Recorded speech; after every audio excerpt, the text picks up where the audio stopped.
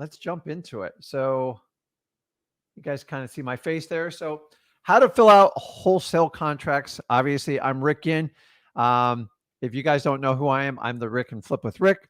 My son, Zach, which you guys see almost on a daily basis, I'm his father. So I love this journey on wholesaling. I believe if more people would just be authentic and just share what they exactly do, we could all get a lot more deals done. So you guys have proven. I've had thousands of people post their checks on successful deals they've done. And if you guys are brand new, go over to, before we get started, you can say, hey, Rick, where do I get this information from? It's really, really easy. Let me get this off of there. Go over to freewholesaling.com and once you register, you put in your email. Yes, you got to put in a valid email address. Everything we do is free. I'm never going to ask you for a credit card. So if you're worried you're going to get upsold or I'm going to pound you with something in the end, I don't have it for you. You can get off the stream now if that's what you want. We don't do that. So I've been doing this 20 years. I make plenty of money wholesaling properties. So I'm going to teach you guys exactly how I got started in this business and how you can put $100,000 in your bank account. It's actually much easier than you think it is. I taught my 17-year-old son while he was in high school to do it, and I'm going to show you exactly how we do it. So if you want to figure out how to get these contracts, go over to freewholesaling.com. You'll have the purchase contract there and the assignment contract. If you want to have them ready to go while we're going through the presentation, you can download them, and that way you can walk through it. And here's what I recommend. You actually go through and try to fill one out all by yourself. And then as I go through the walkthrough, it will help you solve problems. Remember, it's one thing to learn any type of skill set in a classroom, like you guys went to school. But if you actually do it and then somebody walks you through afterwards, it's much more powerful for you to learn. So you can take that tip and you can do what you want with it. Go to freewholesaling.com. All the information is going to be there. So let's jump into it. How to fill out wholesaling contracts. So number one, I'm starting out with my disclaimer. I'm not a lawyer. Thank God I'm not a lawyer. I'm not an accountant. Thank you. And I am definitely not a psychic. And the thing is, I don't know everything of what my sellers are thinking. I don't know exactly what you guys are thinking. So let's not make any assumptions on this. So make sure you seek legal advice with a qualified lawyer within your state so you can understand your legal rights, obligations, and when entering into these contracts. So remember, you are responsible for any contract you write. Be responsible. Do not write reckless contracts. I want you to take these 2 hours, and by the end of this, you will be confident you know how to fill out a contract, and Rick walked you through it. So guys, keep in mind, I'm not a lawyer, an accountant, or a psychic, and you have to be responsible when you write these contracts. So now that we got our legal disclaimers out of the way, let's talk through and say, hey, listen, what is a contract? And a contract is nothing more than an agreement to purchase a property, a piece of property. Okay. It's basically what you take verbally. You say, listen, I'm going to buy your property for $100,000. Now you're going to put it in motion and you're actually going to put it in writing. This is the start of what we call a contract. So you guys hear contracts in everything in life. It's often referred to as a PSA. That's just a fancy acronym for purchase and sales agreement. Keep in mind, a lot of people in our business will try to talk over you. It's important you understand these acronyms. They're actually real simple. Remember, purchase and sale. That's basically a buyer and a seller's agreement. Okay. Our goal is to sell that contract to a cash buyer or someone with significant amount of money for a profit. That is our goal of our contract. You guys have to use contracts in any type of wholesaling, especially any type of real estate. So there's no way to get around to this. So you might as well just kind of button up. We'll figure out how to do this. I promise you, we will make this as fun as I humanly possibly can. We're talking about contracts. Okay. The next contract that we are going to learn about today is basically your assignment of contract. And the assignment of contract is the piece of paper the seller writes for the house to a cash buyer for an assignment fee, also known as like a finder's fee. This is definitely not a commission. A commission is related to something a realtor would collect. So basically a finder's fee, say If you found someone's dog that was missing and they go, listen, I'll give you $100 for finding my dog. This is kind of the same thing as for that. So the assignment contract is a contract that comes in behind your purchase and sales agreement. And don't worry, I'm going to walk through the whole thing. It's actually really, really simple. So there's only two contracts needed in wholesaling. Okay. Your purchase contract, also known as a PSA, and a purchase and sales agreement.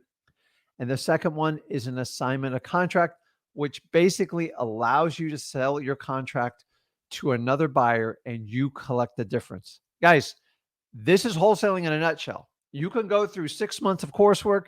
You can go through 2 years of coursework.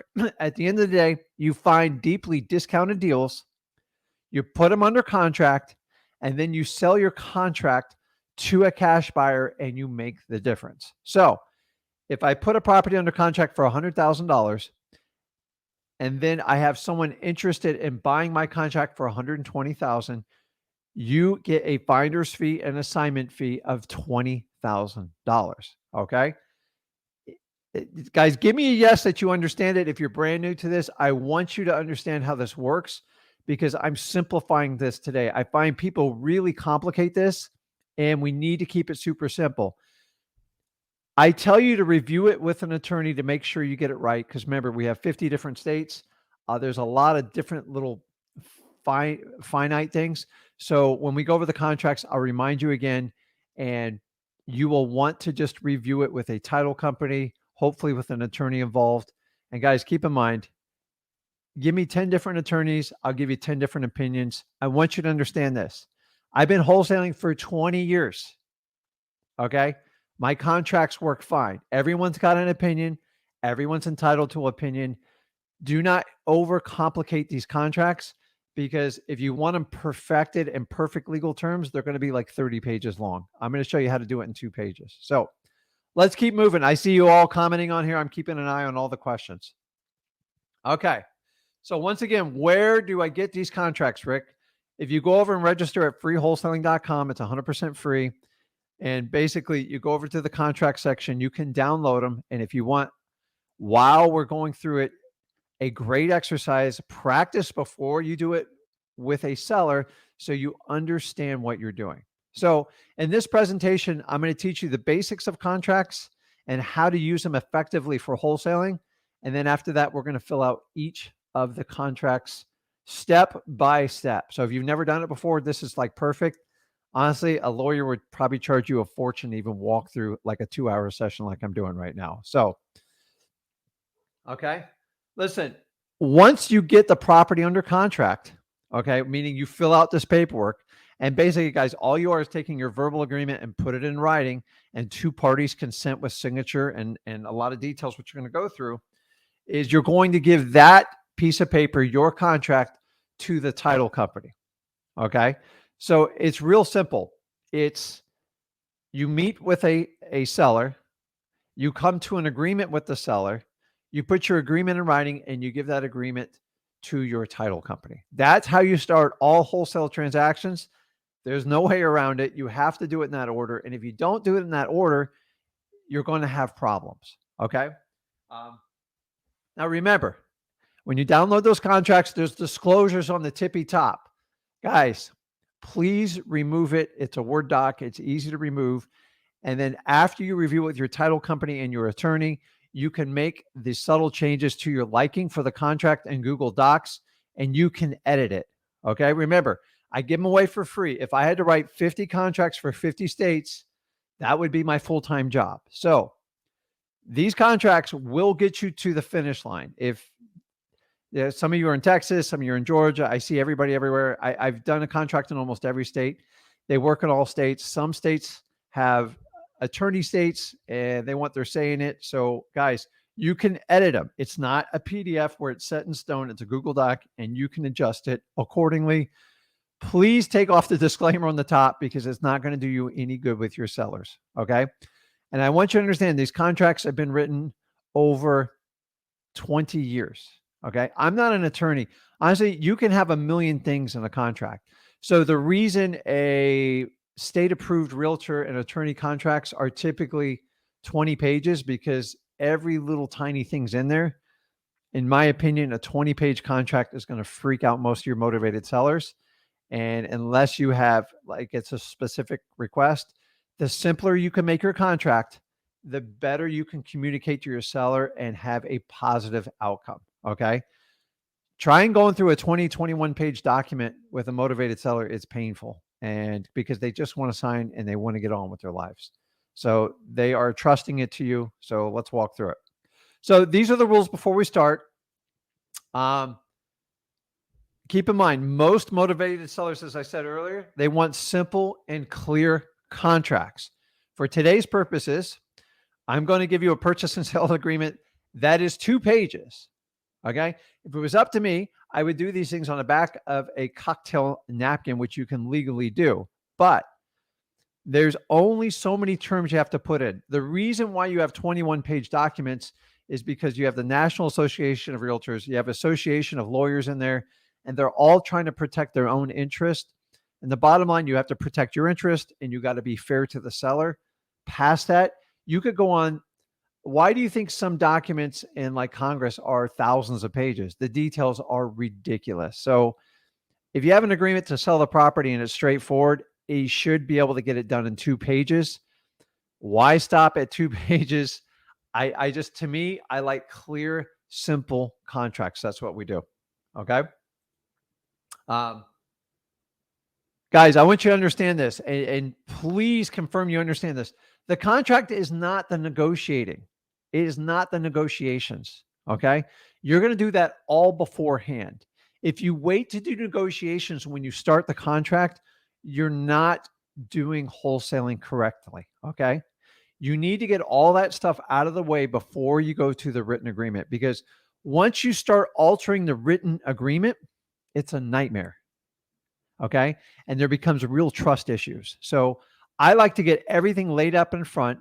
I go over it verbally, and then I ask for permission to write the contract.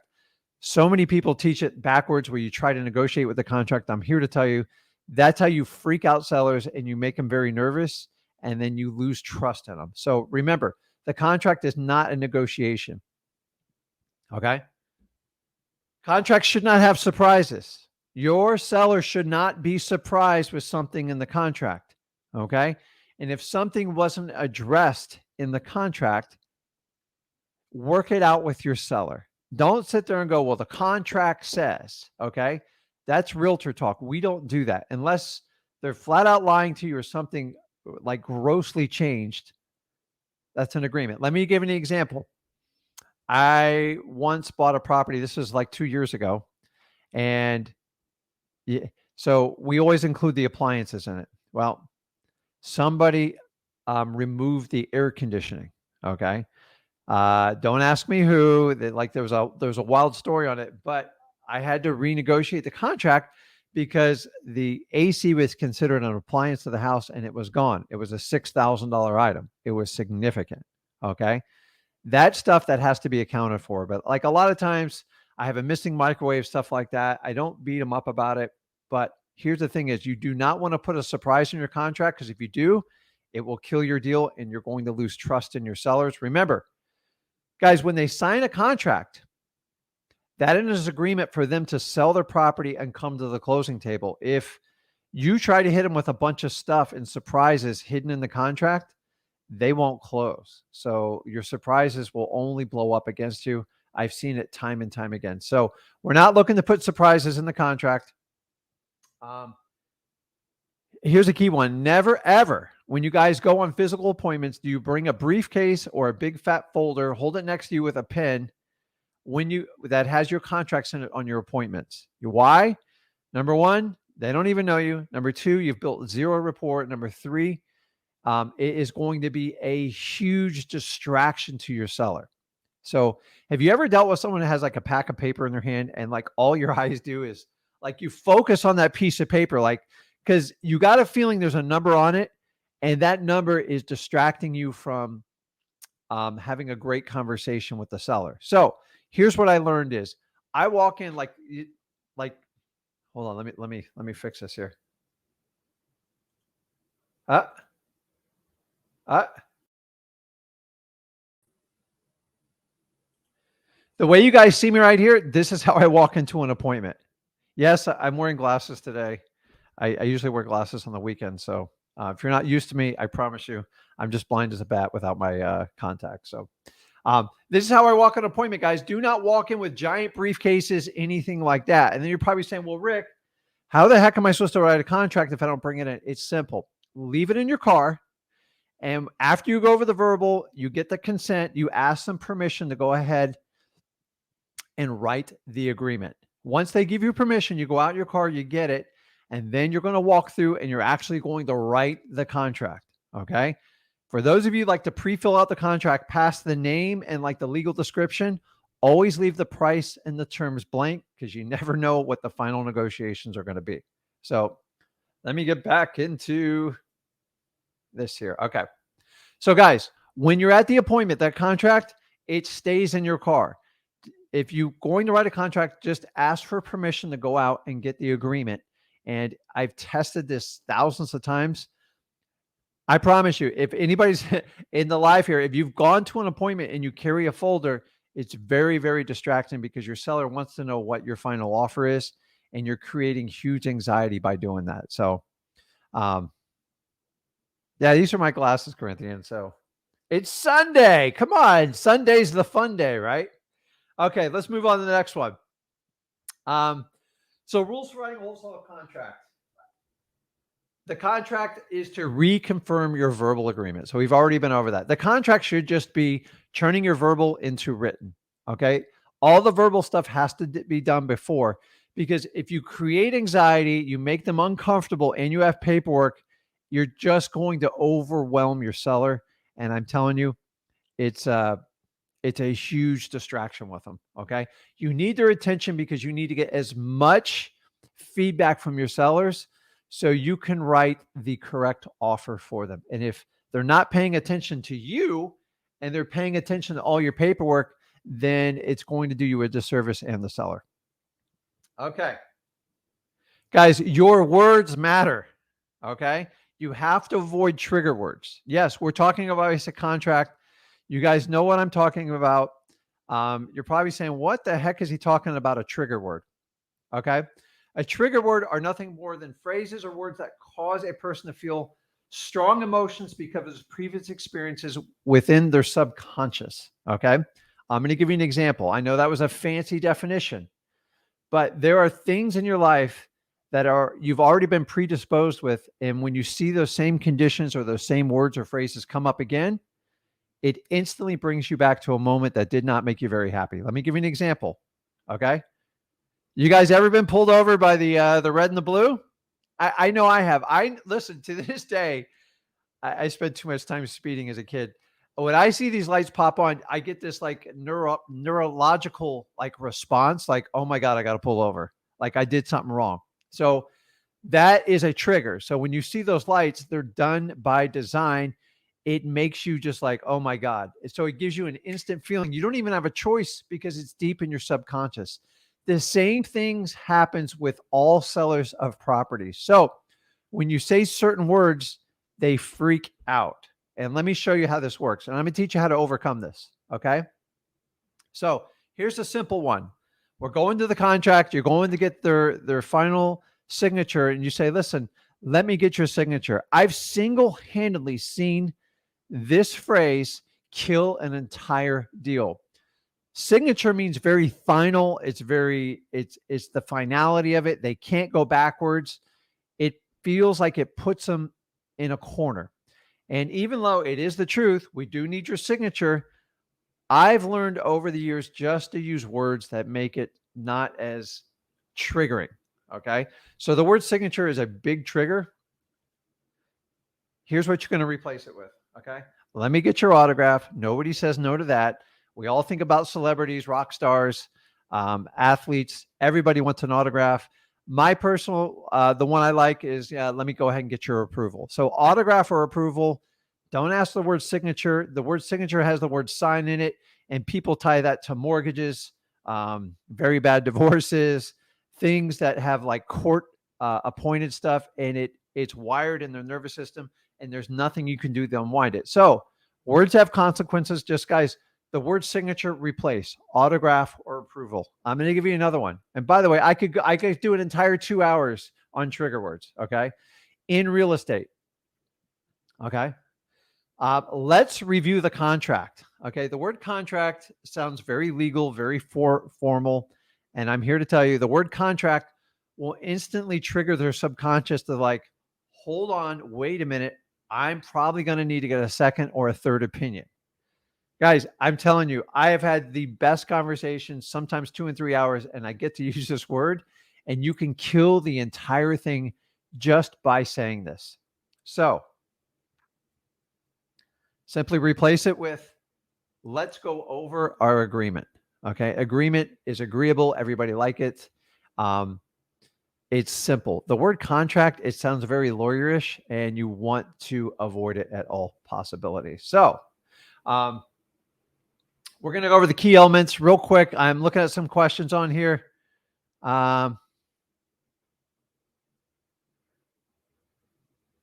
Shane says, hey, Rick, do we take notes while on appointment? I think you could take notes, but remember, you're going to distract them when you start writing. So if you can try to do as much as you can by memory, but if you're going to take a note from the seller, say, listen, let me make a note of that and write it down and let them know what you're writing. Don't make it feel like you're at a doctor's appointment. You ever been at a doctor's appointment and the doctor takes a note on you and you can't see it? It gives you anxiety. Like, is it something bad? So remember, Shane, we don't want to stress our sellers out. Okay. So key elements in a wholesale agreement. Number one, I'm just going over the key elements you have to have on all wholesale contracts. It's got to be assignable. Okay. Number two, you have to have some sort of EMD, which is short for earnest money deposit. I'm going to go over that in detail. I promise. We're not going to skip it. The next one you have to have an inspection period. This is basically going to be your clause if you need to get out of the contract because the property doesn't add up, or honestly, you've made a mistake with the property. And I'm going to go into grave detail when we do this on the contract. The next one is all the properties have to be delivered with clear title. Okay. You are going to get properties that have title issues. Part of the process to get the maximum amount from your cash buyers is you have to clear title. No one's going to exchange money without a clean deed. And I'm going to go in detail on how to get it. All properties, how we do them, they have to have clear title. That's what makes everybody feel comfortable and safe. Nobody wants to buy a property with a bunch of liens and stuff on it, and it's going to bleed them to death. Okay. And the last thing is there's going to be closing fees. Your contract has to clearly state what happens with the closing fees. This one is probably the most often overlooked one, and I'm going to go into detail with it. So, guys, take a screenshot. Remember, it's recorded. You got to have these 5 elements for like any type of contract. I've left out the obvious ones, obviously buyer, seller, and execution date and terms. But a wholesale contract, if they don't address these 5 issues, you're going to have pain. And I'm going to walk you through on how to deal with each one of them. Okay. Going to keep moving. The last one. All your contracts should have an additional terms or condition sections. This allows you to make your adjustments to contracts because you're going to get some strange requests from sellers. I've been doing this 20 years, and I'm here to tell you there's strange things that come along with it. Sometimes boats, cars, I've seen animals negotiated in this. Honestly, you would be blown away with what comes with it. But remember, you always want to have a section where you can write out additional terms because no contract can foresee every obvious outcome that a seller wants. For this reason, make sure it has a section in there. And this is stuff that you just manually agree on with your seller, and you can just handwrite it in there because not every contract can spell it out. Even a realtor and a lawyer's contract has a section for this. Don't worry, our contracts have it in there, and it'll all be there for you. Okay. So first thing, EMD, which is earnest money deposit. It goes to the title company, not the seller. Why? Because honestly, we're dealing with motivated sellers. They have a lot of issues going on in their life. To keep everybody honest, if you give it to a title company, you make sure that seller follows through on their agreement and sells you the property. If they don't, your deposit just goes back to you. So never ever do I want to see you guys give the seller a deposit, because it's a recipe for disaster. There are special cases you can do it. I only want you to do it after you've done like 25 contracts, because it is risky. Remember, they can take that money and never sell you the property, and there's nothing you can do. Okay. So for that purpose is to protect you, especially if you're brand new to wholesaling. Whenever you have an earnest money deposit, it goes to the title company. Okay. I don't care how much your seller begs you.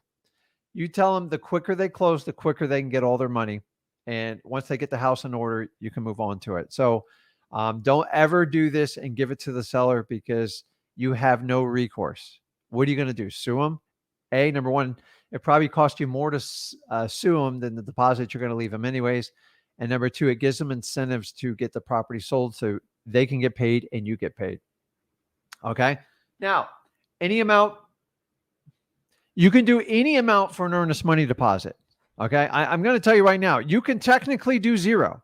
I've done zero. I did zero the first 2 years I did this business. You know why? Because I didn't know, but now I know. So I'm here to tell you the biggest risk with a earnest money deposit is in your seller feeling like you are legitimate. Okay. So if you leave a $0 or a $10 deposit, you can create anxiety about it. Remember, it's just a deposit. It is not the final purchase price.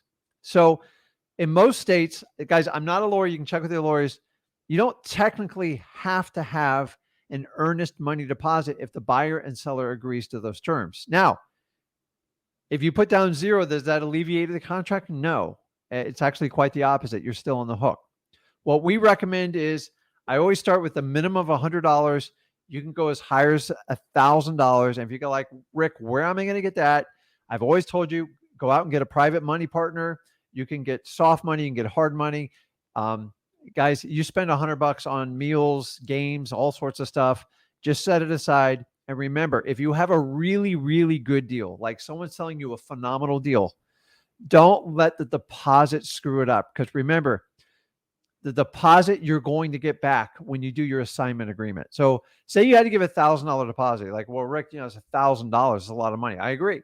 But if you can assign it in 2 to 3 weeks, the minute you assign it, your new person that takes over your position in the contract, they replace your deposit and you get that $1,000 back. If it's $100, $1,000, it doesn't matter. Technically, you don't need a deposit. The risk with doing that is it gives your seller anxiety, and they start to question what you're doing. And the minute they talk to their neighbor or their friend's a realtor and like, what do you mean you didn't leave a deposit? That's BS. He's not real. Then you have a huge uphill battle. And for that reason, I recommend you leaving at least $100 earnest money deposit, maybe $250, maybe $500. If you have a smoking deal and you're getting it 40, 50 cents on the dollar, get $1,000, go get help from someone to get the money. We give you time to get the money on the contract. I'll walk you through it. Guys, earnest money deposit, it's kind of like a litmus test for the buyer to see if you're actually real. And the way we write our contracts is your deposit is the most you're risking on these contracts. So if you walk away from a deal and you leave $100 and you skip the inspection period and you never pull out of the contract, the most they can take from you is the $100. So, but remember, guys, I want you writing responsible contracts, the whole purpose of doing wholesaling with myself and Zach. So understanding the earnest money deposit part, because I know we're going to like beat this thing to death.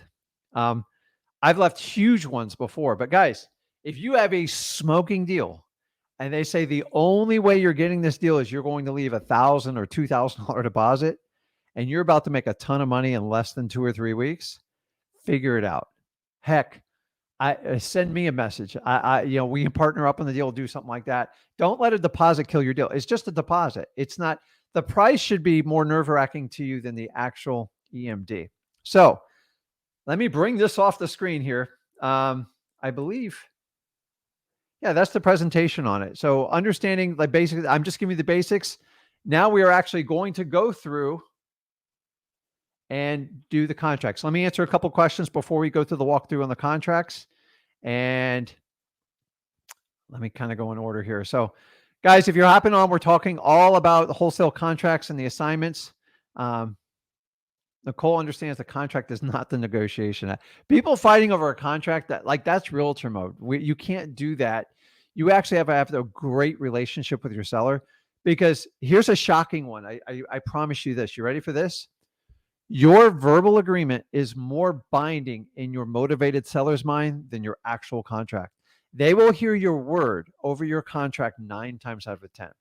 So, for example, if you told them you are going to pay for closing costs and in your contract you said the opposite, I guarantee you they will call you to the table on it. It happens all the time to me. Like, sometimes we're writing so many contracts, we just screw up. The acquisition guy says this, but the paperwork said that. And here's what I say every time it comes down to it. When there's a squabble on that, I always go to the person who wrote the contract. What was your verbal agreement with the seller? And they go, yeah, I did tell her I'd pay for it. Okay, well, let's fix it. We have to honor our word. So, guys, your word is important. Now we have to take those words and put them in a contract. And that's what we're going to walk through here. AJ says, where can I download the contract? Go to freewholesaling.com. Guys, I have the most thorough course on wholesaling available in the world. It's 100% free. There's an entire contracts negotiations in there. I promise you it's in there. I've tested the heck out of it. Use it. And guys, use the whole site. Okay? It'll be good for you. So, okay, let's see. And yeah, it's a 2-page contract.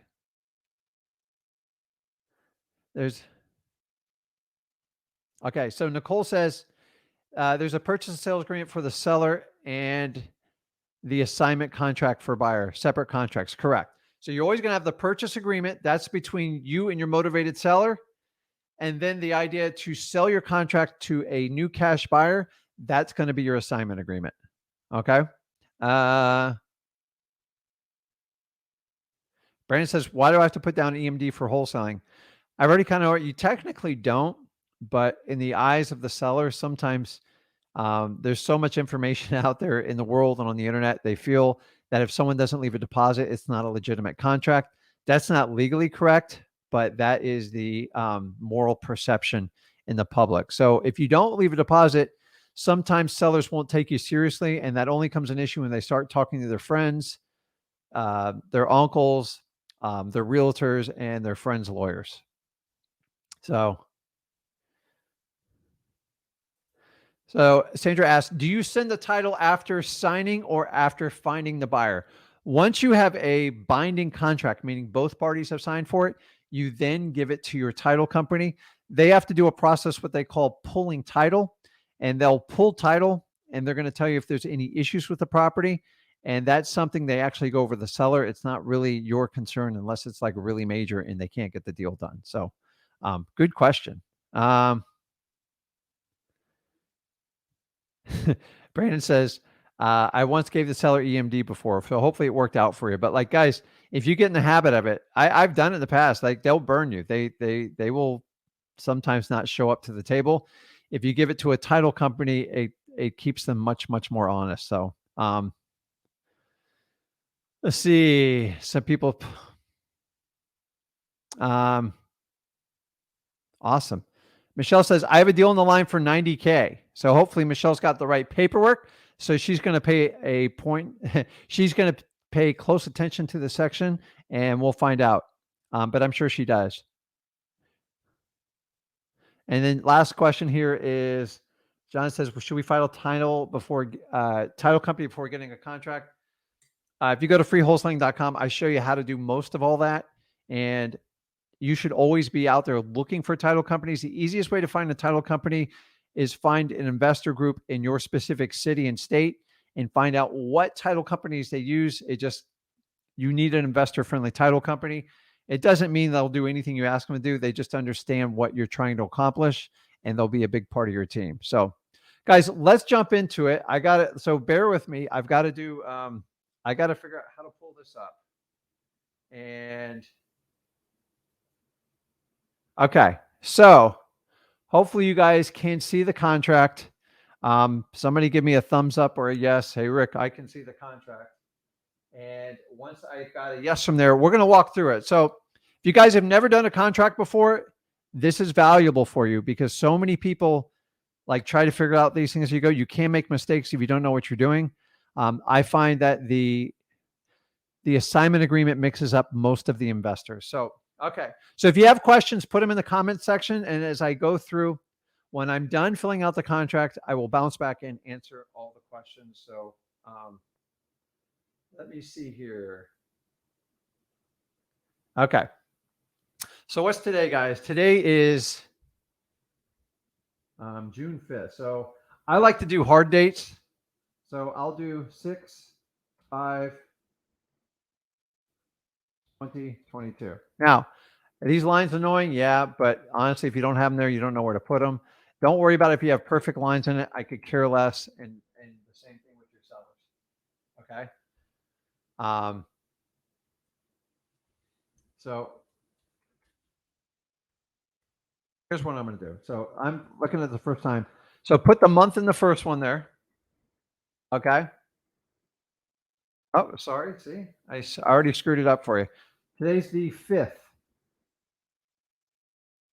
of June.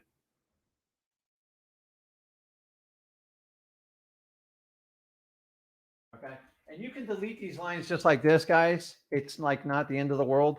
But if you didn't have those spaces, you wouldn't know any better on how to do it. Okay. And then it's important you put in the year number. A lot of times when we do it, when the year changes, we forget to gather. So if you're the seller, now people are going to ask me, hey, Rick, do I need to have an LLC? If your first couple of deals, you don't need an LLC, guys. The most important thing is to get the property under contract. Okay. So if I'm doing a contract and this is my first one, and I don't have an LLC, I'm just going to put in my name. Now, if you want to put in the middle initial, you can do that.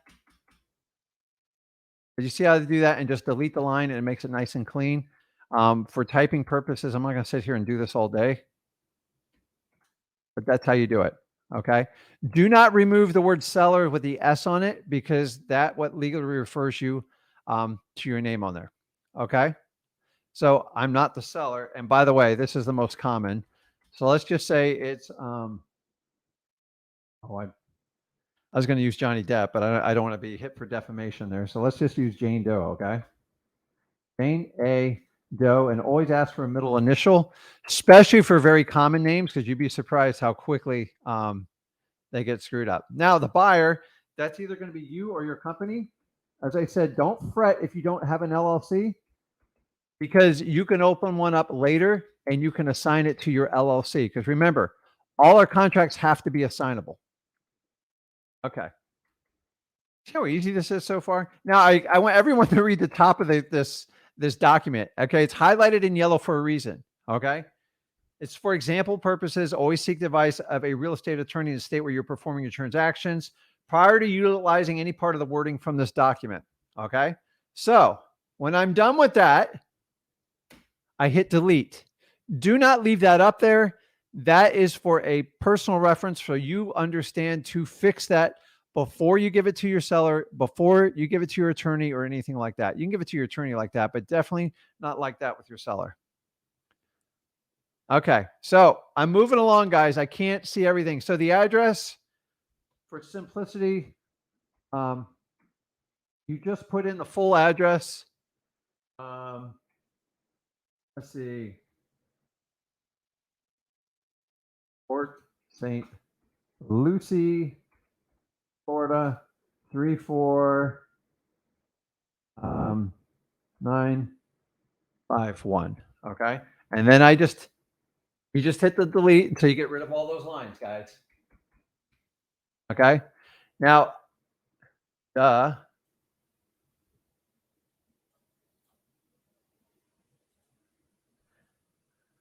should just put that there, right?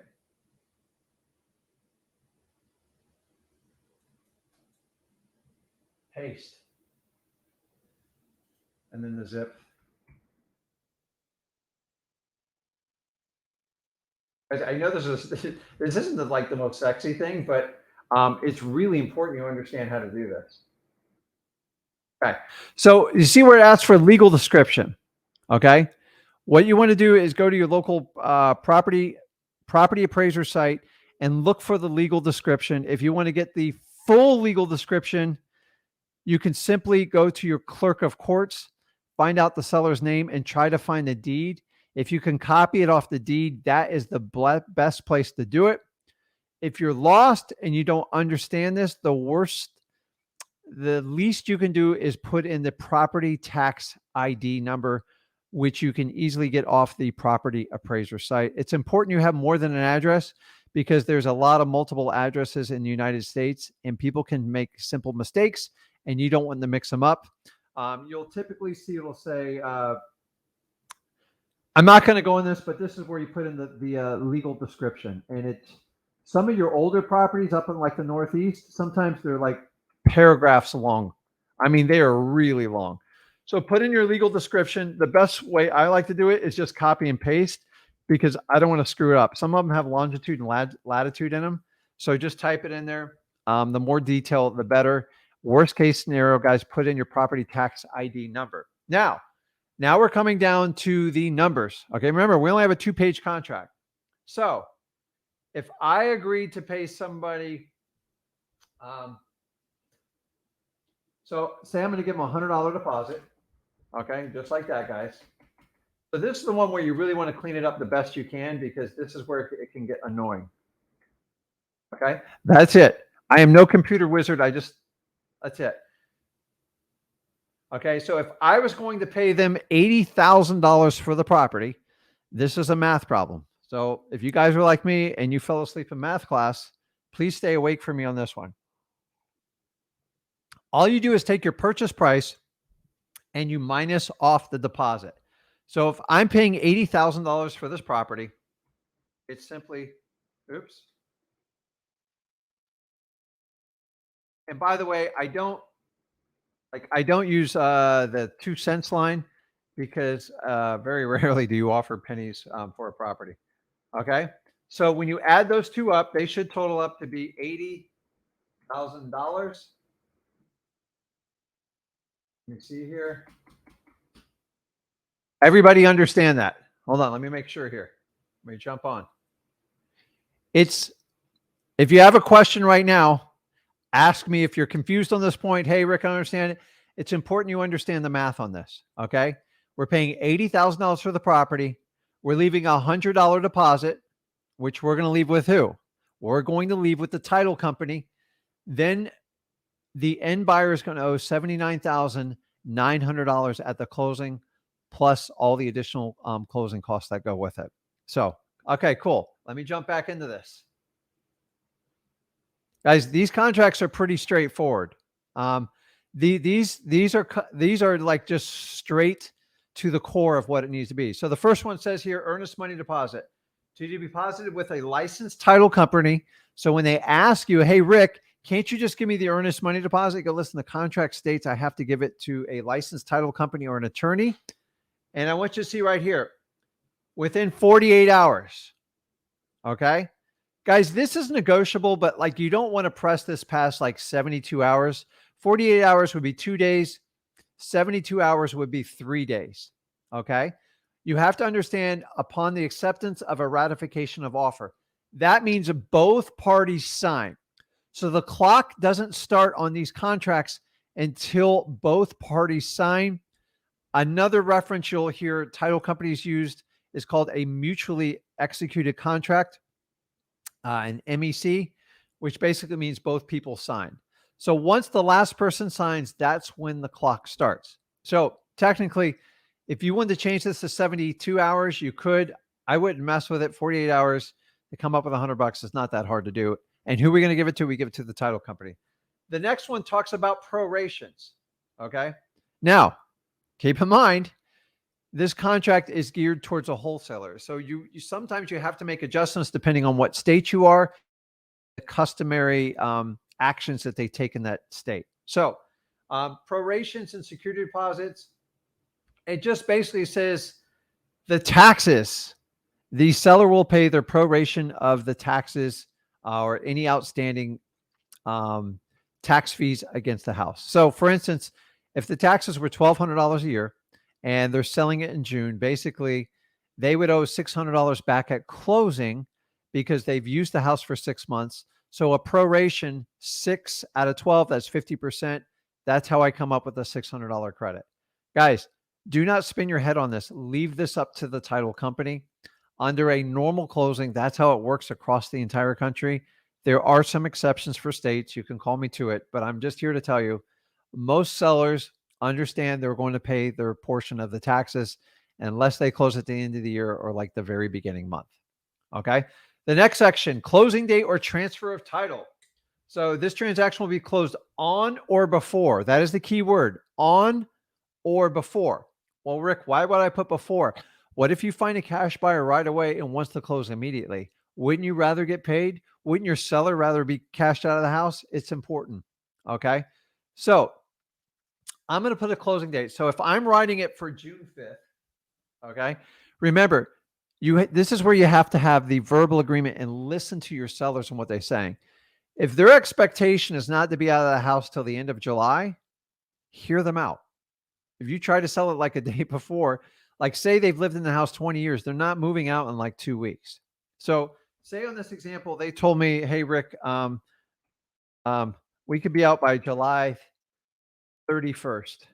Okay. So I'm going to put it in there like that, just like this, July 31st. And then you put in the year. Now, I want you to understand this. It says on or before. So the reason you always want to have flexibility in a closing date is because a lot of times things don't go as planned. So if you have a ridiculous tight closing date, unless you are highly experienced and you've been doing this 20 years like me, don't put yourself in a corner right off the bat. Most people moving out of house, in my experience, need a minimum of 30 days. And honestly, 9 times out of 10, they're asking for more time if they live in it personally. If it's a rental property, even the tenants need 30 days to get out of there. So remember, the more flexible in your closing, the more options you're going to have, but you have to honor what your seller wants to do. A lot of times they're giving you a really good deal because you're going to close on it by this date. Just make sure you have to have a clear understanding of what the worst closing date is going to be on it. Okay. Closing will be held at, and this is where you spell out your title company. Okay. So this has to be your title company. Let's just pretend that's the name of them. This is non-negotiable because the minute you let them use their title company, you're going to go to a place that is not familiar on how you do business. And maybe they've never done an assignment of contract and you're going to have problems with it. So what I would do is I put my title company and right next to it, I'm going to put the phone number too. So I would do something like this. Got to get my actual title company. And I put their phone number right next to it. Why? Because now they have a contract with the title companies. If they have any questions, they can put it right there. Okay. So it says here, the seller agrees to transfer marketable title free and clear of all encumbrances, except those listed and paid and required by the state, such as doc stamps, deeds, mortgages, and title insurance. Now it says here, so what that means is your seller has to sell a property that's free and clear.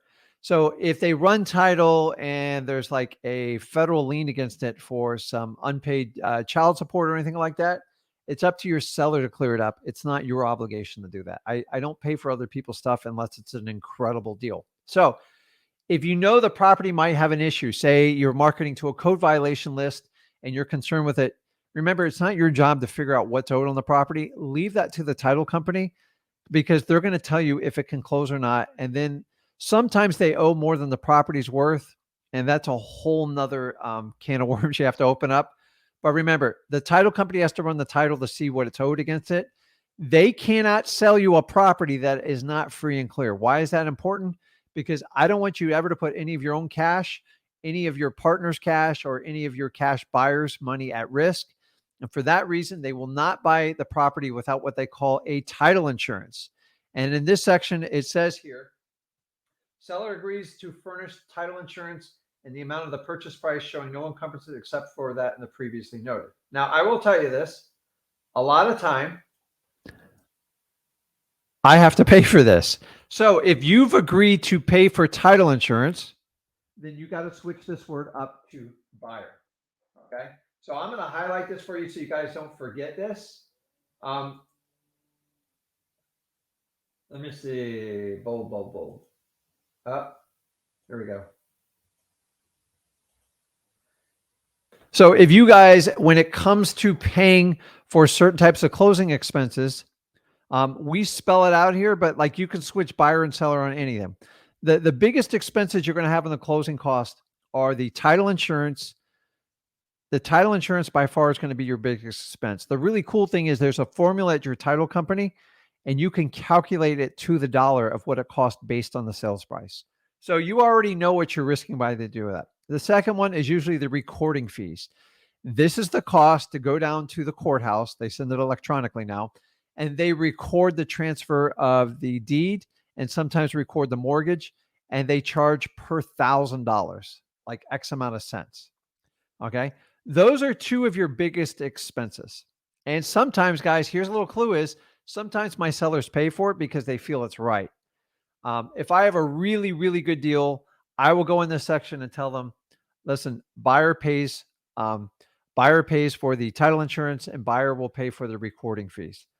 The one thing I never pay for is I never pay for somebody else's liens, and I do not pay. What else I don't pay? I don't ever agree to pay their mortgage. Okay. So it's important you spell this out. Sometimes we miscommunicate and we say something verbally and we don't fix it in the contract. If you get called to the table, like be a good person and do what you promised, because it will only come back to you tenfold. Okay. We make these mistakes all the time. Everyone's human. I just want you to understand that. Now, the next section. Seller shall maintain property in its current condition, insure against all losses until closing in the event of destruction covered by insurance. Buyer may elect to close and collect the insurance proceeds. Basically, what you're telling them is the way I see the property today is the way it has to be in the closing. Your end buyer probably want to walk through the property one time before they close. That's normal, but it's not going to stop your closing. Okay. The next section, they talk about defaults.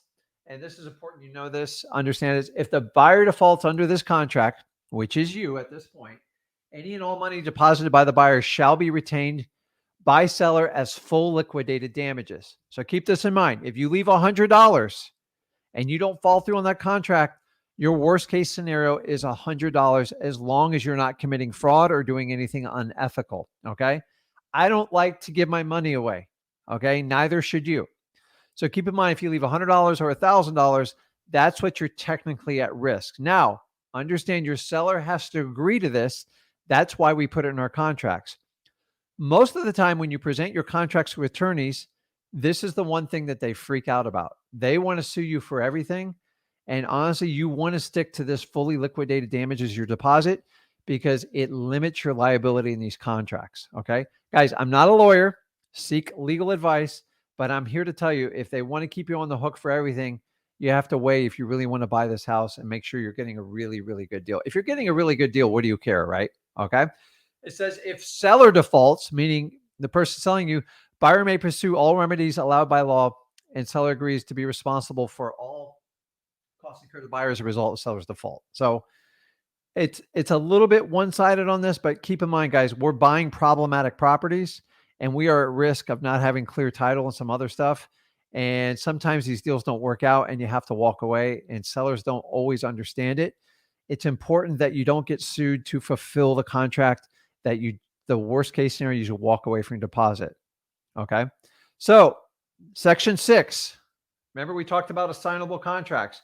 The terms and conditions of this contract shall bind its successors, heirs, administrators, trustees, and assignees of the respective parties. Okay.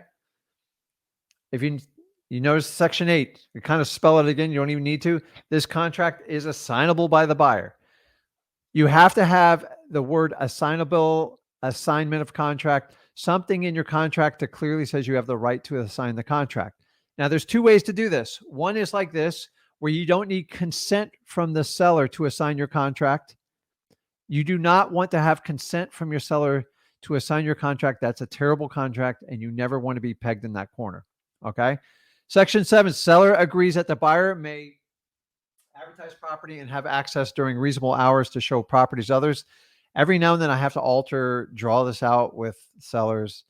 Keep in mind, Like if they're living in the property, they don't want people trampling it through all the time. If it's vacant, it's never an issue, but we always try to put everything in there. Okay. Section 9. This is important because I talked about it earlier. Inspection. Okay. I'm going to let you guys read this on your own. The most important thing you do here, hold on, I want to make sure I didn't miss anything.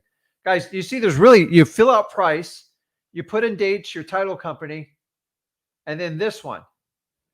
Do not leave that at 0. Okay. Unless you are getting the most incredible deal of your lifetime. You always want room in here. How much room? This is the wild child question. Okay.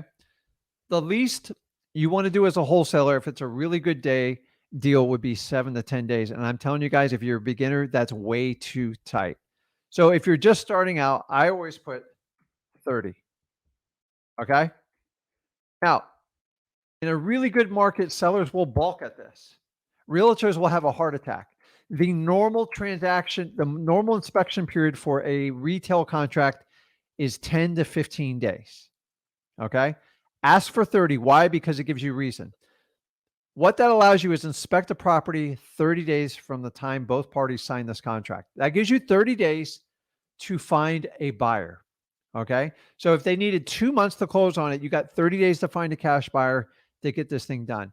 On the 28th day, 29th day, if you can't find anyone, you can't make it work, you have the legal right with your inspection clause in Section 9 to walk away from the property without any recourse and get your deposit back. Okay. Now, if you have 30 days, do not wait till the 29th day to back out of the contract. Honestly, the sooner you do it, the better. How do you know when you got to back out of the contract? When you can't get a cash buyer within $10,000 of your purchase price. It means you paid too much for it. So you can go back and renegotiate, which is always a slippery slope, or you can just get out of the contract. Okay. Now, 30 days is my advice for the minimum. Guys, I'm here to tell you, when I have really sloppy properties and they're a train wreck and a mess, I'll put 90. I don't care. Like, honestly. And here's another little tip. If you think you're paying too much for the property and like the property is in bad shape, but you know they need to sell it to someone like you, just put a longer inspection period. And that gives you more time to try to get them down on their number. Maybe you have to have a contractor come out, look at the AC and everything else on the property and go from there. Now, we talked about the additional terms section. Guys, this is crucial right here. This is where you write in all like the little stuff. So I'll put on here like number 1. Buyer agrees to pay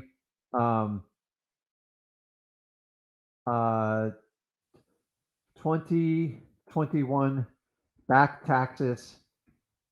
Maybe they don't want to pay that tax bill, and you're getting a phenomenal deal up to a maximum of maybe it was $1,000.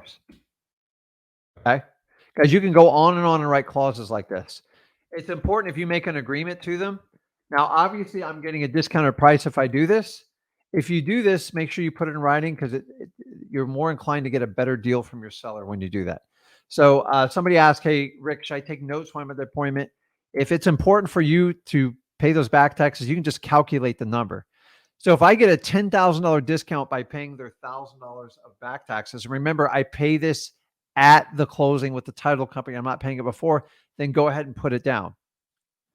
Number 2, guys, I've literally seen this. So say buyer agrees to bring 1 large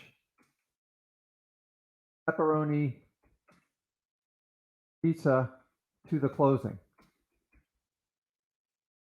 You know, you guys, you got to like keep this light. Like sometimes you got to have fun with people. What's it really going to cost you to do it? Although I can't spell pepperoni. You can tell that's what I'm thinking about for dinner, but pepperoni. Okay. That's it. This, you could put anything in here. I've seen this as long as 3 pages. I've seen it as 1. So once you do that, you're going to put the date, which today is 06. I like to put a hard number date in there because nobody can mess with it. Okay. Uh-oh. I tabbed it over too far, didn't I?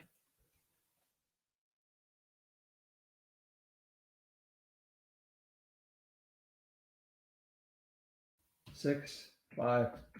And this is why I want you guys to do this on your own, because you'd be surprised when you're doing this under the gun and from someone, it's painful. Okay. And then this is where you're going to sign. And then you're going to print your name below it, and you're going to put a phone number on there. The reason why is when you give it to your title company, all the contact information will be on there. You can put the email on there. Um, Guys, if you have an LLC and you're buying into it, make sure you put on there. Uh, so if your LLC is Venture Capital LLC, signing on behalf of Venture Capital LLC. Okay. It's important you do not sign for personally when you're buying it through a company. If you're buying it in your own name, just put it on your name. And remember, you have the right to assign this a contract, which is our step 2. So let me jump over any questions, and then we are going to actually go through the assignment agreement. JF says Rick's Little Caesar, not Domino's. Deals off. See? I didn't specify what type of pizza, so that's important. So I tell you, man, that Little Caesars, man, it tastes so good going down, but it does something to you after. I'm more of a Domino's guy. I'm kind of a Shack guy too, so that's why I like it. Let's see here. Da, da, da, da, da. Okay, so let's go into the assignment agreement. So to be honest with you, if you guys got any questions, this is recorded. It's easy to go through. Now, I'll personally, you can print this contract out. What I like to do, other than like the name of the buyer and the seller, which is going to be set in stone, and the legal description, I like to fill the contract out in front of the seller, because it makes sure you have all the verbal agreements, you put them in writing, and it actually makes them feel real comfortable. There's something about when someone pulls out a pre-printed contract, all said and done, it's probably like a little bit cocky, and you're going to come off as like a little bit too slick. So the more you kind of fumble through with them, not fumble, but just show them like you're human, the more you're going to get trust out of them. And so guys, always use like a blue pen. Try to use a blue felt pen, because you can tell the difference between a copy and original. That's why lawyers and title companies like to do that. So,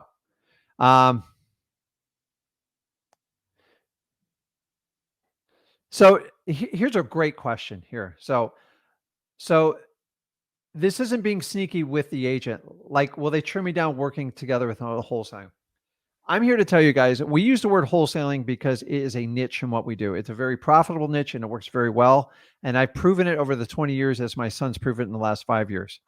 Do not use the word wholesaler when you're talking to sellers and you're talking to agents, because they don't get it. And there's a lot of negative preconceived notions with what we're out there. So remember, it doesn't matter what industry you're in, there's always going to be some sort of bad apples out there. And I don't want you to be caught up with them. So the simple way is say, listen, I'm just a regular Joe. I'm looking to buy a house for cash in this neighborhood. Can you help me out? Now, when I get into it with the agent, when it comes down to writing the contract, I'll ask them if they understand. Have you ever done a wholesale deal? And you walk them through it. If you hit them like right off the bat with them, they're going to reject you instantly. So you're better off to kind of gain the rapport and their trust with them, and then educate them. And if they don't want to do it, then so be it. And understanding 9 out of 10 agents are fearful of wholesaling because they think it threatens their own business model. And if anything, it enhances it. So awesome question. And guys, when you're with your sellers, do not sit there and tell them you're a wholesaler. You are just a regular cash buyer, and you have partners that help you fund your deals. Okay. So just always make sure you're telling the truth. So JF says, hey, Rick, how much should we pay to have an attorney review the contract to make it compliant with the state? Honestly, I'm hoping you don't pay a dime. So most attorneys will review stuff, give you like 15 minutes, depending on what state you're in. If you're in you need an attorney to close in your state, you're going to have them review it anyways. Try to work with a title company, and they'll typically do it for free, but they're doing that on a contingency you send them business. So if you don't plan on sending them business, make sure you find a lawyer or a title company you would do business with.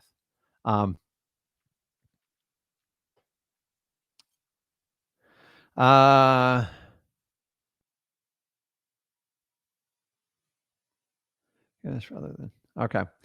So let's go through the assignment and then we will go through the questions. So now I find the assignment agreement is where most investors um, struggle with this. Okay, let me separate the two there. So now we have a purchase agreement.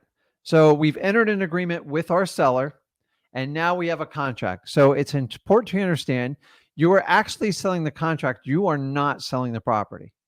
So for this example, I'm going to teach you how to fill out an assignment of contract, and I'm going to teach you everything that you have to disclose in an assignment contract to make sure it's legal. So you are the assigner, okay?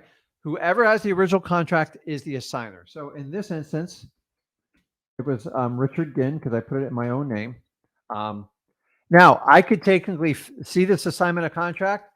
I can take my agreement and say I opened up an LLC the next day. I talked to my accountant. He's like, yeah, it's a great idea. You can assign it from Richard Ginn to your new LLC. And then from there, you can assign it from your new LLC to your new cash buyer. So don't freak out about it. It's the exact same process. Honestly, you do not need a company to buy a property. Remember, you're not taking title to the property.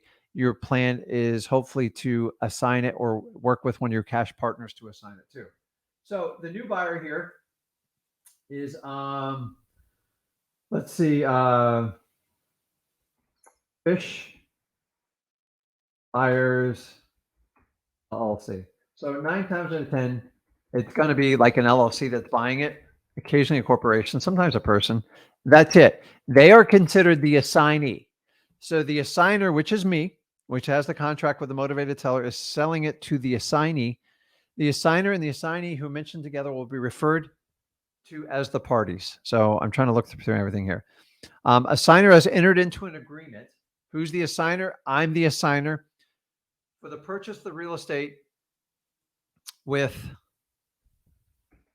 stay with Jane Doe. I think that's what I put down. I'm going to put Johnny Depp. Don't need that. How people watch that stuff. Okay. On the contract underlying transaction, the contract is attached. So yes, you are going to have to disclose your contract to your new assignee, the person you're selling your contract to. Why? Because that's what they're actually buying. So you're going to attach your contract to this agreement. And then the idea is they want to make sure that they're getting the same property rights as you're getting with it. So once again here, you're going to put in, so like right here, I'll put in 123 USA Street. So I usually copy and paste this section. And by the way, on these agreements, you should type them out. They have to be very clear and precise. Remember, you're not looking to impress your new buyer of your contract. You need to make sure you have a precise contract. Okay. So capitalizing here, let's see. And then you're going to put in the legal description here. Okay. I'm not going to do it because there's usually you just want to cut and paste it. And remember, guys, go to your property appraiser site, or you can go to your clerk of courts, look up your seller's last name and first name and find that property. And some of the older properties, these will be very long descriptions with letters, numbers, all sorts of fun stuff with it. Okay. Make sure I got everything in here.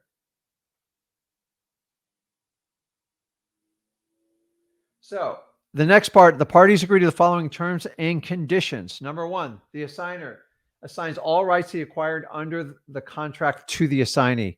So whatever your rights are in the contract are your new buyer's rights. So anything you put into the additional section, they have to accept, or you have to go get it changed. Okay. And it sometimes happens. Number two, assignee accepts all terms and conditions of the contract. The assignee has reviewed the contract. So when you guys ask the question, hey, does my new contract buyer get to look at the contract? Think about it. They can't buy a contract they haven't seen the terms to. So by hiding the contract, you're creating problems. So you have to disclose it. So get it out and get up front. They can't go around your back if you have a fully executed contract. Remember, You have to show your contract. I don't understand why people constantly say, I can't show them my contract. That's private information. You are selling the contract. You have to share it. Okay. So it becomes an exhibit as part of your assignment of contract. Okay. Um, and then it says, assignee fully understands the terms and conditions of the contract and represents to the assigner that is willing and able to close the underlying transaction. Basically, seems, yes, I accept your terms and I want to move forward. Okay. So the next one is assignee will deliver to the assigner. Remember, I'm the assigner, you and me. Cashier's check, money order, wire transfer, and a deposit of the amount of so-and-so. Okay. So we're going to do a deposit. Now we are going to teach you opposite of how we work with deposits that we do on normal purchase and sales agreement. You're trying to leave as little as you can. Here is the opposite. Okay. I like to ask for, see, it's all going to be relative to your market, but I ask for $5,000. Guys, do not be scared of asking for a big number here. You know why? Because it's just a deposit. If their intentions to truly close on it, say they're buying 100,000. So this property, an example, is $80,000, a $5,000 deposit. When you got to close in 10 to 14 days, if they're struggling to leave you $5,000, you're never going to get a deal with them. So stop. Don't ask for 1,000. Don't ask for 2,000. The least I would ask for of anybody, the least on any contract, I don't even care if it's a $10,000 house, would be $3,000. Okay. I would do 5,000. Guys, this is the part where is if you don't ask for it, you're not going to get it. Okay. The money still goes into the title company, but understanding if they walk away from the rights on this contract, they lose this deposit. If it's small, they're willing to walk away more times than you think they would. So the bigger you make your deposit, the more your cash buyer is going to be on the hook. Don't do less than 3,000, ask for 5,000.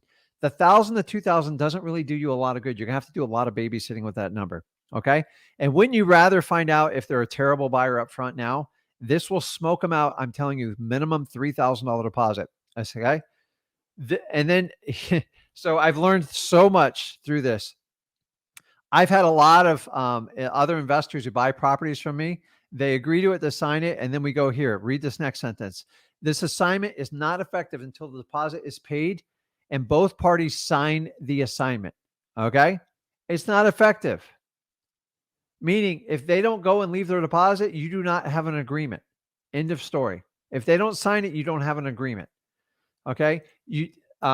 Sometimes you'll find other wholesalers try to tie you up and not leave you money. You do not want to do business with those people. Okay. You want to find like rich landlords, people that have a lot of money. You want to find a guy who wants to fix up a house for his daughter type of deal. Those are the ones you truly want. Guys, I don't sell to a lot of other wholesalers just for this reason, because I just don't have time for, I don't allow anyone to daisy chain on my deals. Okay. Section 4, assignee will pay assigner a total assignment fee. This is where it gets weird. Okay. And a lot of people don't understand the math. So understand this. You're paying $80,000 for the property. So let's say in this example, you told your buyer, say, listen, I have this contract. It's for $90,000. It's for a rental house. I think it's perfect for what you want to do. If you can close quickly, I might be able to give it to you for $90,000. That's great. So say you go and they look at your contract. They go, that's right. Then they do their own diligence online. They drive by the property. Remember, you're not a realtor. You're not representing pictures or anything like that. They go, yeah, I'm in for 90. Now you've got to reverse engineer the math. Okay. The deposit's the deposit. I just leave this out of this part of it. Okay. So now you are negotiating an assignment fee. So if he's paying you 90 grand and you're paying your seller 80 grand, that leaves you a total of $10,000. Okay. I want you to make more, but we're going to use an example here.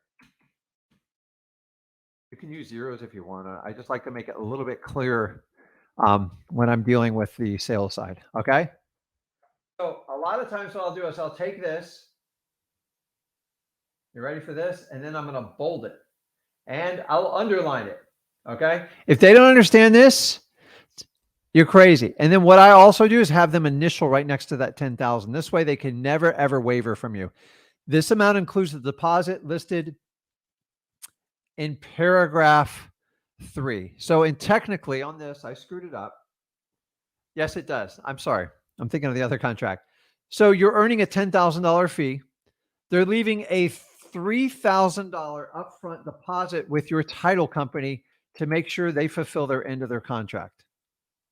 Okay? So $10,000. Let's move down to number 5. Okay?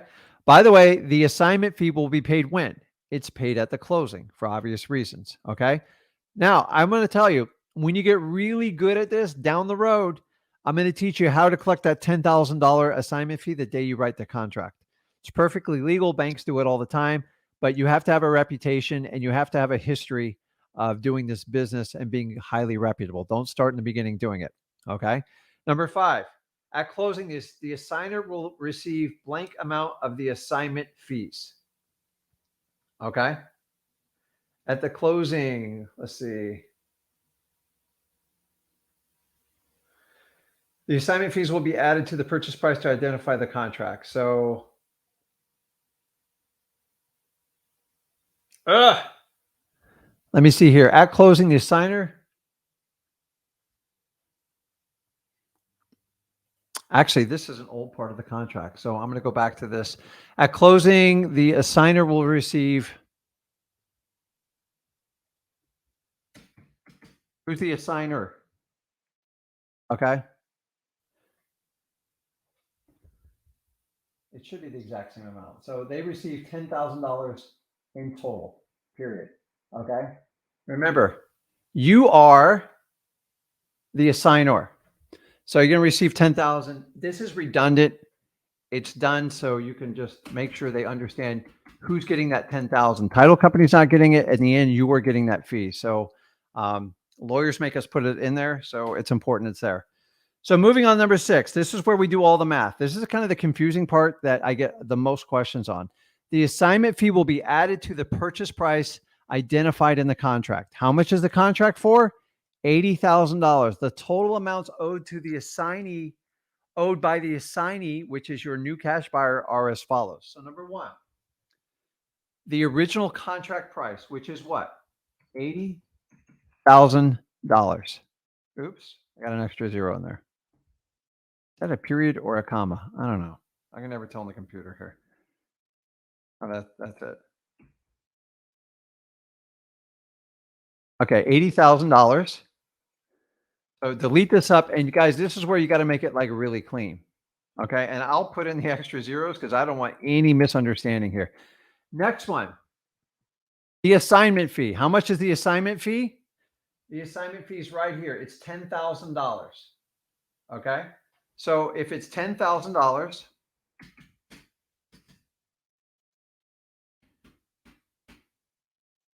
everybody with me so far? Okay. Here's where people always kind of like screw up the math on it. And guys, this is nothing more than a math problem, but your new a new assignee has to understand this agreement. So $80,000 is the purchase price. $10,000 is the fee you're charging to hand over your rights to the contract.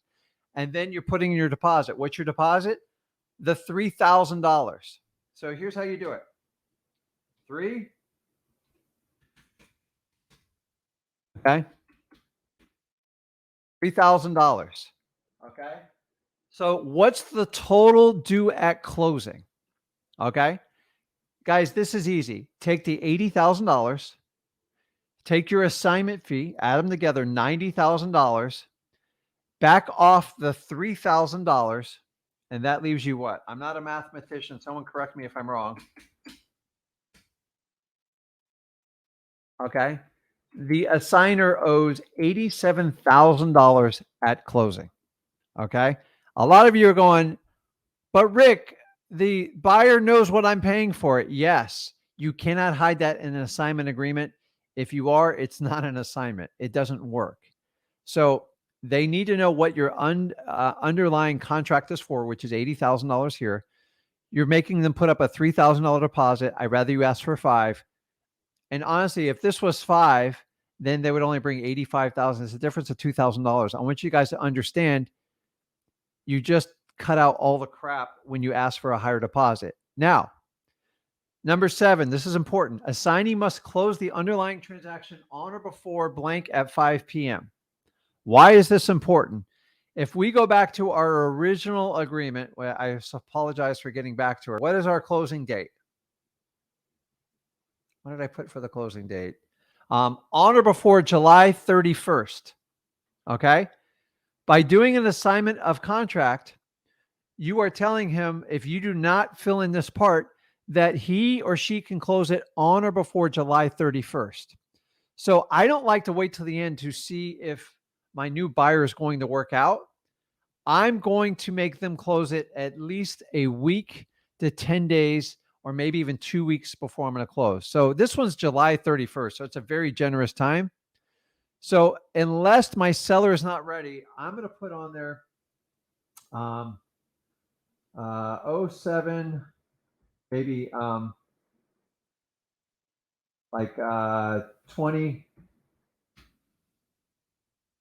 The idea is do not give them till the final date on your contract, because if they don't come through, then you don't even have an option of getting another buyer and extending the contract. So always make sure you give yourself a buffer. I recommend always 7 days before. Okay. The fact that they need a little bit more time on this contract, you still got to get permission from the seller to close earlier. They probably got to move a bunch of stuff out, but the reason you do this is because you don't want to wait till your contract expires to find out you can't find another buyer for it. Okay. It says here, most important, assigner will select the closing agent. Does it say the assignee will select the closing agent? No, it's non-optional. Once they sign this, they go to your title company. Guys, if you let them use your title company, you're going to have massive problems. It never works out with another title company. I'd like to tell you title companies are in there for like the neutral interest. They're not. Whoever hires them, that's the person they fight for. Your title company already has the contract. They have everything. They understand how you work, and they'll communicate with any issues with your buyer. Remember, the higher deposit you have, if you make them close before your closing date, you are always in control. This saves you from going around chasing your cash buyer to do everything. Okay, let's finish up here. We're almost done. Then we're going to do Q&As. Okay. Section 8, if assignee fails to close the underlying transaction by the date indicated in paragraph 7, guys, this is paragraph 7 right here. Okay. Assignee will forfeit its deposit and all property rights, all rights to the property under the contract, and will automatically revert to the assigner. You don't have to sue them. You don't have to do anything. So remember why I want you to leave that bigger deposit. People don't walk away from large deposits. Say I ask for a $500 deposit, people will leave you all the time over $500. It's cheap. $3,000, they're going to pay attention. $5,000, oh my God, I'm going to close this no matter what. The higher deposit, the less babysitting you do and the less sweating you have to do as a wholesaler. Okay. So that deposit automatically forfeits back to you. Now, I will tell you, a good title company will make you sign an agreement ahead of time. So when you put money in escrow, the title company is a neutral party.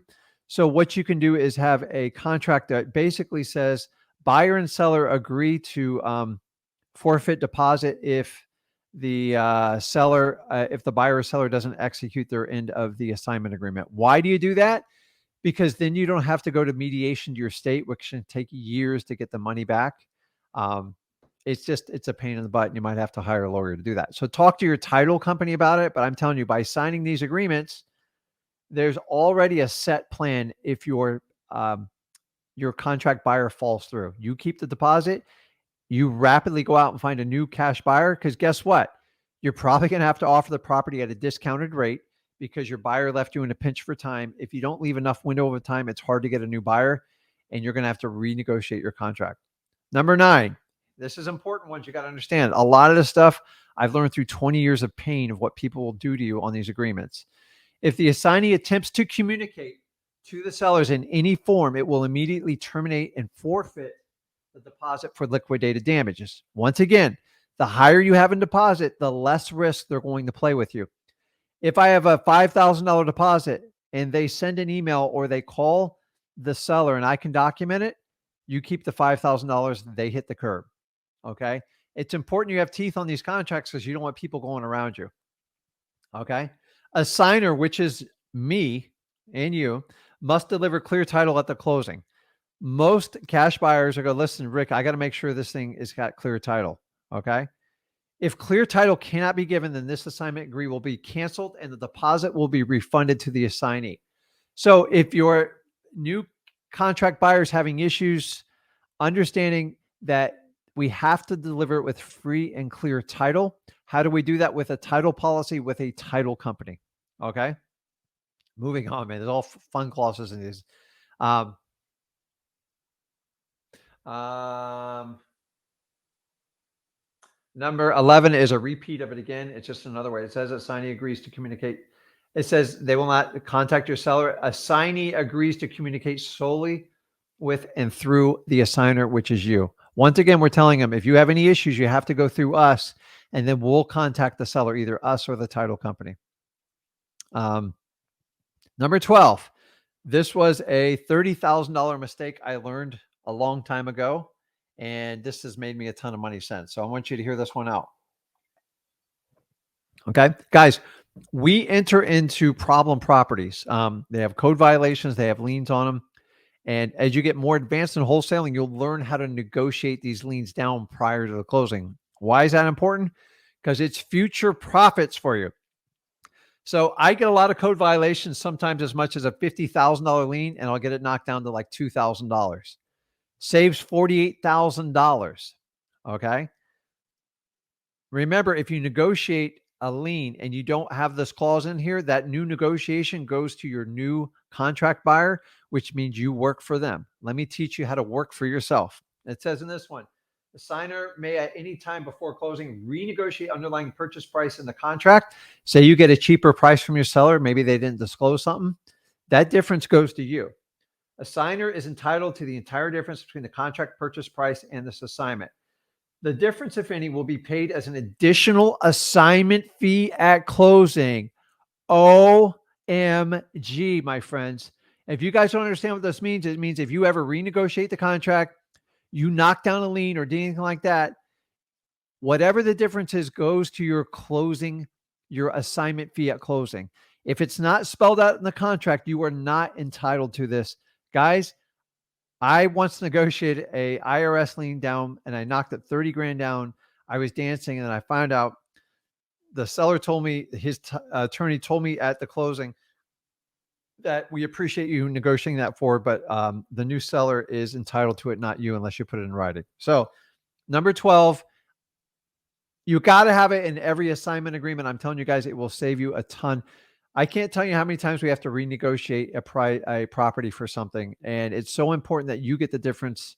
If you want your new buyer to get a discount, then you just adjust your contract. You can adjust the assignment fee, but remember, typically you're going back to the seller to adjust the fee. You got to make sure you're getting paid. Okay, number 13, property sold as is. This is kind of it just basically says they're telling you the truth. So just like a regular transaction with a realtor, if they're hiding any representations of the property, and they're trying to defraud you, then they're going to have issues with it. Now, keep in mind, you're going to get issues with these properties, but I'm talking about if they knew the property was flooded out, if they knew the foundation's cracked and they couldn't get insurance for it, or they've had 4 other buyers and they've all left because of an underlying issue, it is their job to disclose that stuff to you. That is the human thing to do, and it's important. Okay.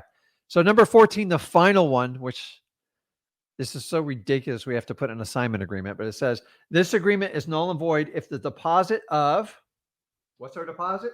$3,000. And you guys like, well, Rick, why are you so repetitive? Because I want my new cash buyer buying my contract to be very clear on what that deposit amount is. So I'm going to put that $3,000 there and I'm going to bold it. Okay. Now we're ending on this agreement on the 5th. Guess what? The maximum I'm giving him is 24 hours. And honestly, it should be done that day, especially with wires. So at 6/6/2022, and what time is it? It's 6:38 right now. I'll give him until 5 p.m. and I'm going to sell out my time zone and capitalize here. See, EST. Can I be any clearer than that, guys? By the way, I can't tell you how many people try to take advantage of me on this. Oh, yeah, yeah, checks in the mail. Don't worry, Rick, it's coming. No, here's the deal. You don't do it, it's over. And honestly, if you want to make their life difficult, you can technically sue them for not leaving a deposit.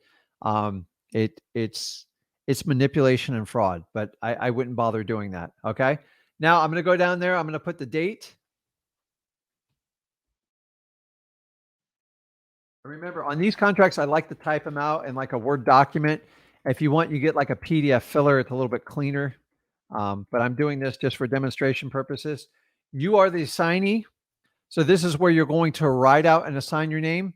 And then down here, so if I'm doing it personally and I don't, this is my first deal and I don't have an LLC yet. Oh boy, I got the cap locks on. So guys, I apologize for how slow I am with this. But I am a old school. I'm old school in this. Oops. Oh, you get it. I'm not good on the spacing there. There you go. So you put that, if you're signing on behalf of a corporation, put on behalf of, 123 LLC, and you'll sign there and put the date there. It's critical you put dates on these. I can't tell you how important the date is. Date is everything on contracts. Make sure you always have a date. And then I like to even do the time on it. So it is 6:40 p.m. It did it again. 6. Where'd my 6 go? Ah, there it is. Okay. And guys, this is it. The thing, if you have not figured out, I want you to understand, you have to submit your contract with your assignment of contract, because remember, they're buying your contract. So they need to know what the terms are. Number 2, deposit is everything when it comes to an assignment contract. The bigger deposit, the better the odds of your deal going very, very smooth. Honestly, when they leave me a big deposit, it's like stressless. The lower the deposit, the more stressed you get. And last but not least, leave room for your closing. I recommend at least a week between your closing date in case your new buyer does not follow through. You have time to find a new buyer, and you sometimes have to get your contract extended. It's really important you do that. So let me jump back in here. And okay, now I can see my face again. So, guys, this is it. It's like, I know this isn't like, we could teach 1,000 things. If you don't understand how to write the contract, it's hard to move forward.